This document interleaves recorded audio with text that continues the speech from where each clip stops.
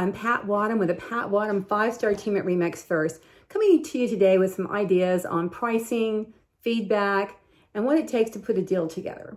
So one of the things that we get asked a lot by sellers is, what kind of feedback do we have on the house? And I don't pay a lot of attention to feedback. I'm looking for basically 2 different agents to tell me the same issue a house has that I can take care of, such as it has a rotted window, or they noticed a water stain in the ceiling that maybe I hadn't seen. So those are things I can go take care of and with the seller and solve that problem. But the basic question is, if I solve those problems, will you buy the house? You don't like the color of the walls? If I repaint the walls, will you buy the house? And the answer is generally no. The kind of feedback we typically get is clients like the house if the house showed very well, but they bought something else. Well, if they bought something else in the same area and all they said negative about the house was that it showed well, makes me think that they found a house that was a better price, a better deal for them. So I can't do a whole lot about that except change the price. But what I find is the real issue is whenever someone gives me a reason, like they don't like the color of the walls, they don't like the carpet, or they don't like this or that, and I say to them, if we do those things, would your client buy the house? And the answer is still no. Just makes me wonder if that's the right house for their client. So years ago, I'll never forget, I had this really great couple I was working with, and they had some really specific needs. I mean, very specific. And I had a listing that I thought matched perfectly what they needed. And I showed it to them, and the issue with that house was it's only 3 years old. But the people who had built it were older. And so the finishes were something perhaps an older person would have selected, not a younger person. And they couldn't quite get past that. And they kept going to look at newer houses and this and that, and none of the houses really had what they needed. And I finally had to say to them, tell me what it is specifically about this house that you don't like, because it is the perfect house for you. It hits every one of your needs. So they listed, we don't like the finishes of the cabinets. Okay, so if I could have those cabinets restained, would you buy the house? Well, we also don't like the countertops. We don't like what they selected. If I changed out the countertops and could restain the cabinets, would you buy the house? Well, we don't like the flooring either. I just don't like the kind of tile they use. Again, if I could change those things out, would you buy the house? Well, we don't like the color of the walls. I said, well, the wall colors, that's a non-issue. I said, but if I could solve those issues for you, would you buy the house? So I went to my clients, the sellers, and I said, here's the issues we have. Here's what they want to do. Do we have some wiggle room to put some of this together? And they're going, yes, try to find a way to put this deal together. So then I was really smart, because this is where it comes into being professional. I mean, this is, you got to really think these things through.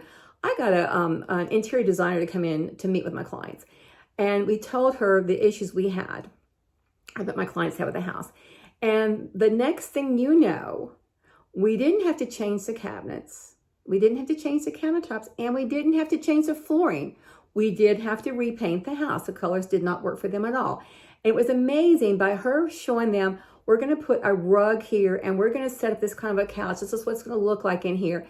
This is what we're going to do. Change up the knobs on the cabinets. And the next thing you know, we have the perfect house for them without spending $30,000 for my seller. Now, for my buyer, they had to spend some money, obviously. The seller came off the price a good bit to give them the money to do some things they wanted. But in the end, it was the imagination that the interior designer had to help the client see what their house could look like, looking at it through their eyes with her expertise. And what I found many times, too many agents are just order takers. It's like, you don't like this house, we'll just go to another. I have been guilty of that when I was a young agent. I just kept showing houses, wear them down, they'll buy something. And hopefully they'll buy something they like, of course. But as a more experienced agent, if I know what a client wants and they're stalling and I have found the right house for them, I have to help them see how we can make that house work for them. That's something my team is really, really good at, because we do this a lot, helping people see what this house could look like. A lot of people can't see a house that needs work. They can't see past that. But we have a lot of good agents in this market who also do, which I love working with them every day, because they can see it, I can see it. Together, we can think this thing through and make it a win for both the buyer and the seller, and everybody's happy. But it does take some people who have a lot of thought and really thinking about what the client needs and trying to put the deal together. It's not where the buyer against the seller. Everybody wants the same thing. They want a deal. The seller wants to sell the house. The buyer wants to buy it. But we have to have the buyer see what this house could look like to make it their own. And sometimes it's not about changing everything out as you think it is.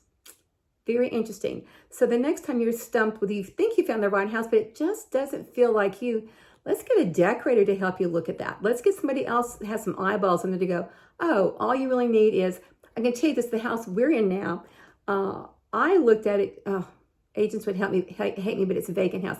I looked at it 6 times before I bought it. And my husband finally says, why are you not buying this house? Why are we not picking this house? And it was because I wanted 2 fireplaces, not 1. And this keeping room didn't have it. And I thought the kitchen was too small. And my husband laughed. He goes, you don't cook, so the kitchen's perfectly fine for me. And the second fireplace, he goes, there's a place for it right there in the keeping room. Let's bring somebody in, get a price on it. We got a price for it. We put in the fireplace and beautiful bookshelves on both sides for way less, just I'm like every other buyer, way less than I thought it was going to cost to do. It's so funny. You know, when you're a buyer, you forget your agent had your back to being the buyer. But anyway, there's a way to make the right house work. So we're here to help you make those decisions. The 5-star team with Pat Wattam at REMaX First, 225-298-6900. Give us a call. Let us help you make those decisions.